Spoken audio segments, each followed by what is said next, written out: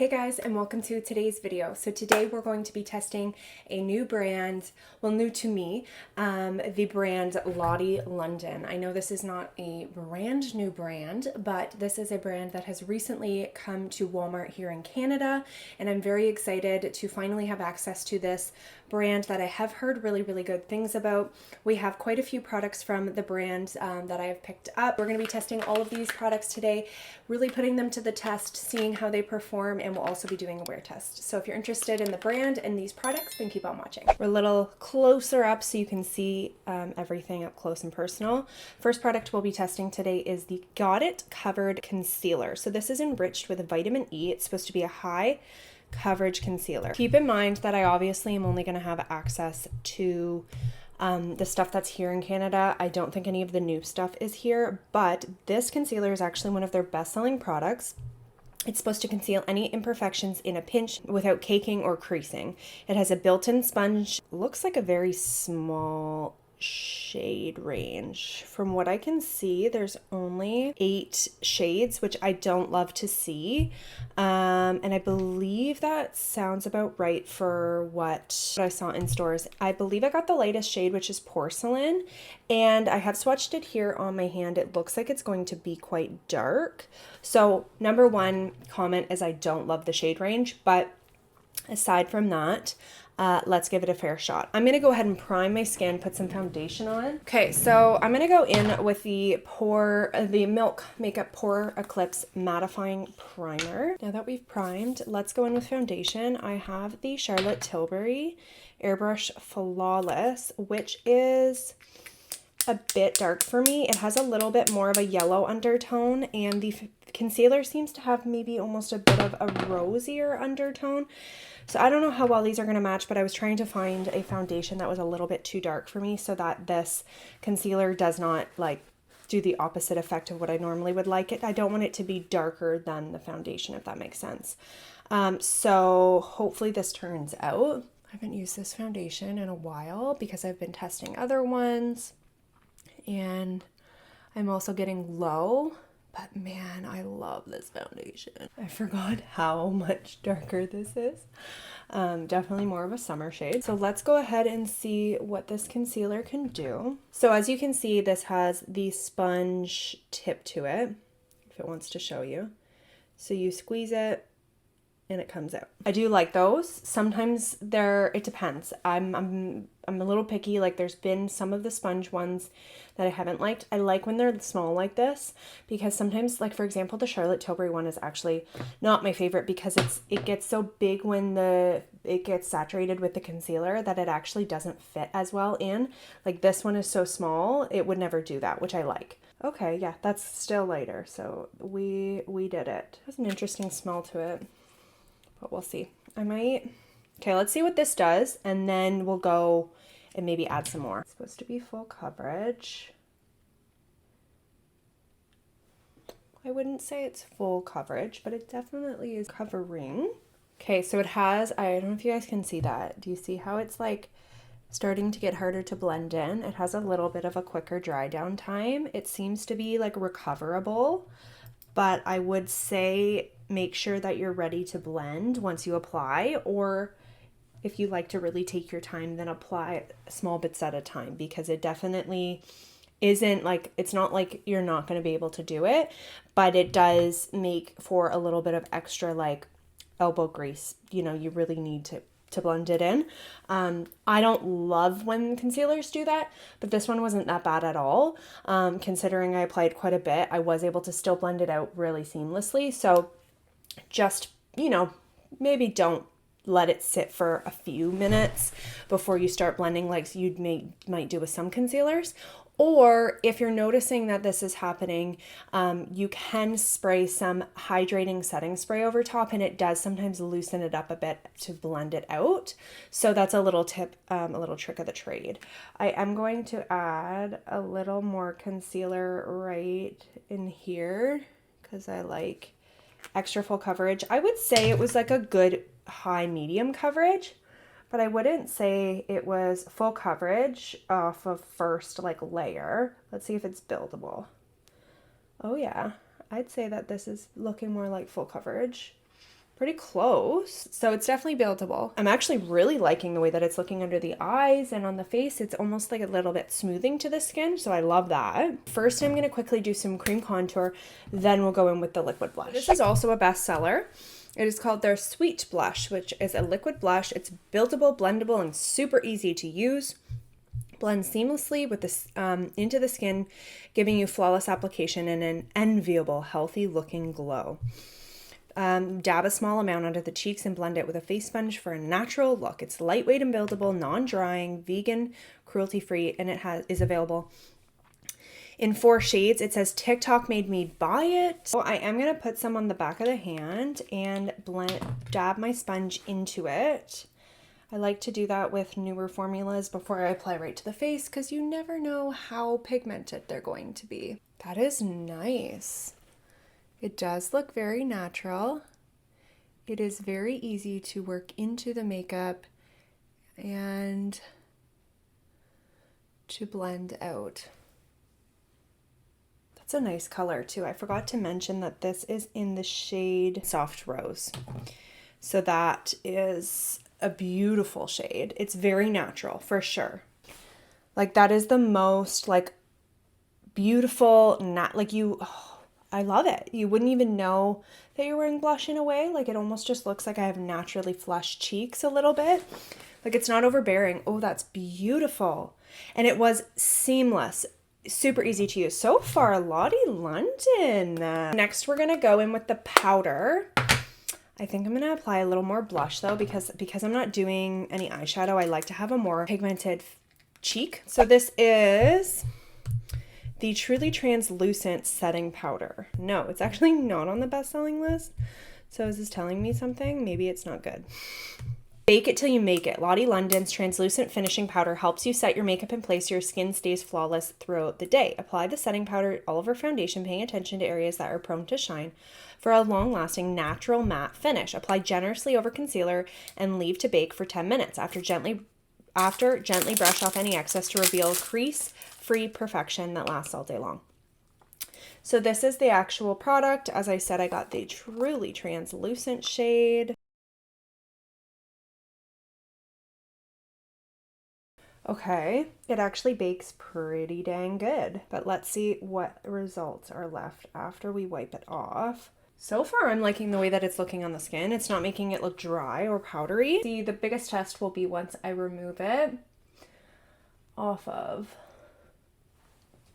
the under eyes. Now we're gonna go in while that's sitting with the Arch Rival. This is the Microblade Effect Eyebrow Pen. So this has a 4-pronged tip and is inspired by microbladed brows that always look sharp to achieve the flawless finish of microblading with an ultra-fine four-pronged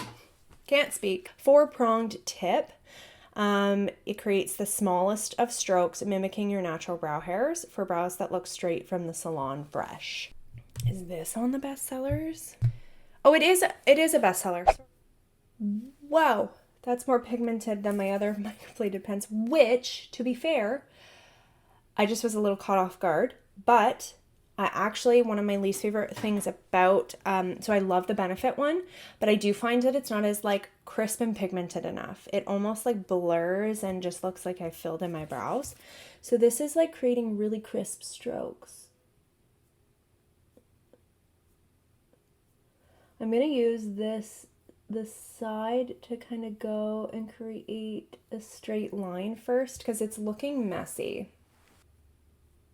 So one thing I will say is light pressure is all you need. Ooh. I feel like the next brow is, oh sorry guys, you can't even see. The next brow is going to look even better. Now I'm going to take a spoolie and just brush through the brow to kind of soften them a little bit so that they're not looking so drawn on.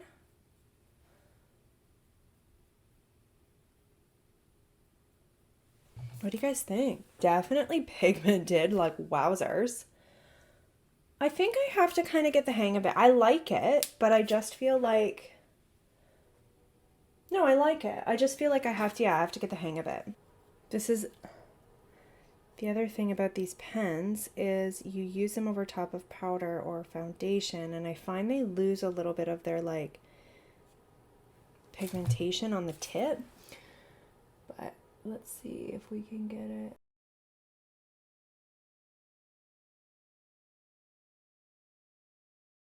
Like, am I using this wrong? Oh no. You shake it and a lot of pigment, so you definitely have to shake it. Yeah, I do like it. It's pretty bold though, so if you're looking for something super natural, then the pigmentation might not be, you know, it might be too much for you, but I think I like it.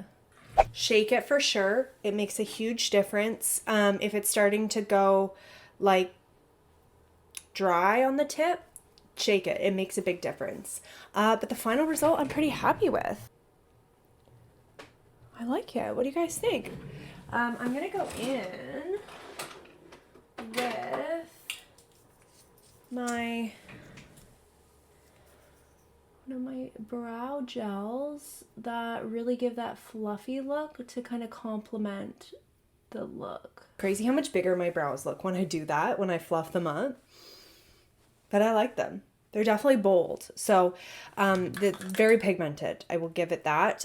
I like it. I do. I really do. If I'm looking for a bold and fluffy brow, this will be my new go-to. So let's dust the bake off. It kind of looks a little dry under the eyes, I will be honest. I did apply a lot of powder though. So I'm wondering if I didn't apply maybe quite as much, if it would have been a little bit better. I don't know. It's not the worst powder, I will be honest. I would use it again, just maybe not for baking. Like if I maybe just applied some under the eye, it would maybe not look so dry. But it doesn't look dry on the rest of my face though. So I think I just applied too much. See what I mean?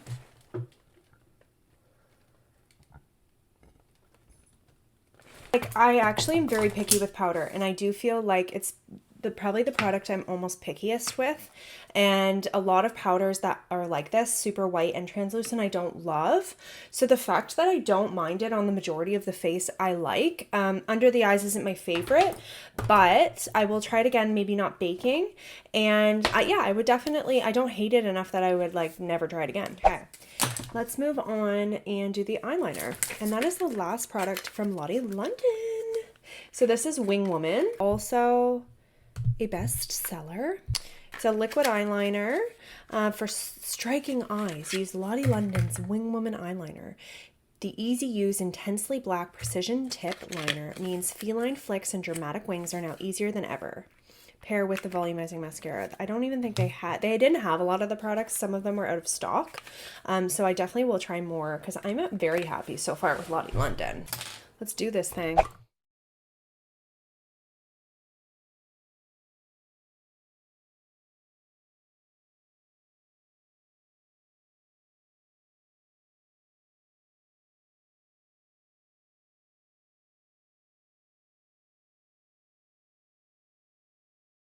Have slightly hooded eyes, so that doesn't help. It does dry out. Like, you kind of have to really shake it sometimes, similar to the eyebrow pen. I always do too much. I'm like, I want it to be perfect, and you keep adding. It's this hooded eye. It's becoming more hooded too, so I'm not used to this. Okay, I'm gonna fix that. So it's not the eyeliner's fault that happened. I just wanted to point out it's kind of more my fault because kind of like smoke out the wing and then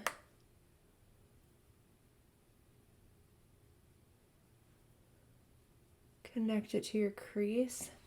And that really helps lift it a bit and make it less noticeable that you kind of screwed up. I do actually really like this look anyways, with like the bold wing, but then it's like kind of smoked out into the crease. Is it my favorite liner? I don't think so. It feels a little dry. Even though it's depositing product, it just feels dry, so it's not the most, like, it doesn't slide and glide easy, but it is pretty precise. Like if you look at the inner corner, it really got in there. So I'm not mad about it, and it's a nice matte black without looking like dry or anything funky. So I don't hate it, that's for sure.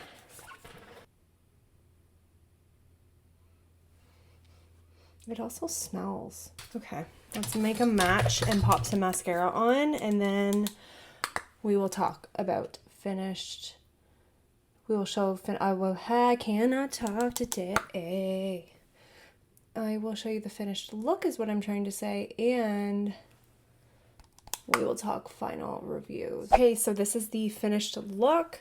The eye look turned out not too bad. I ended up saving it, but the more I use this liner, the less I liked it. At first, I'm like, oh, it's really precise, and, you know, I kind of messed up my one eye because this one's more hooded, and I always forget that, and then, you know, I always go a little too aggressive with the wing. I need to start scaling it back because my eyes are becoming more and more hooded as the days go by. Anyways, they're not like horrible, but they definitely aren't great.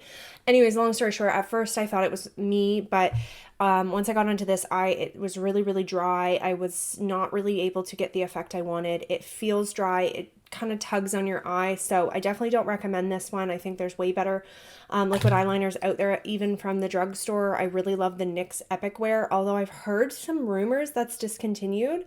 I don't know if they're bringing it back reformulated or if it's just discontinued or if that's even true. But anyways, I love that one. Don't love the eyeliner, but I do really like the brow pen. I do really like the concealer so far. Is it the best concealer ever? I don't know. So far, I like the concealer. The powder I like. Is it my favorite? No, because under the eyes when you bake with it, it does look a little dry. But honestly, it's not that bad. I do think it still looks really nice. I also really like the liquid blush.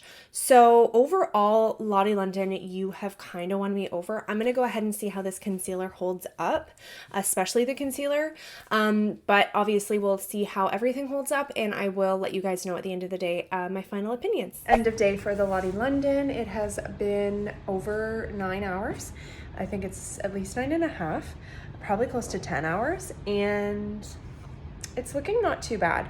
I have a bit of a shine around here, has started to break down a bit. I really liked that concealer, but it's definitely not the most long wearing. I have a bit of transfer off the nose from a mask and on the chin right here, and a little bit off the cheeks.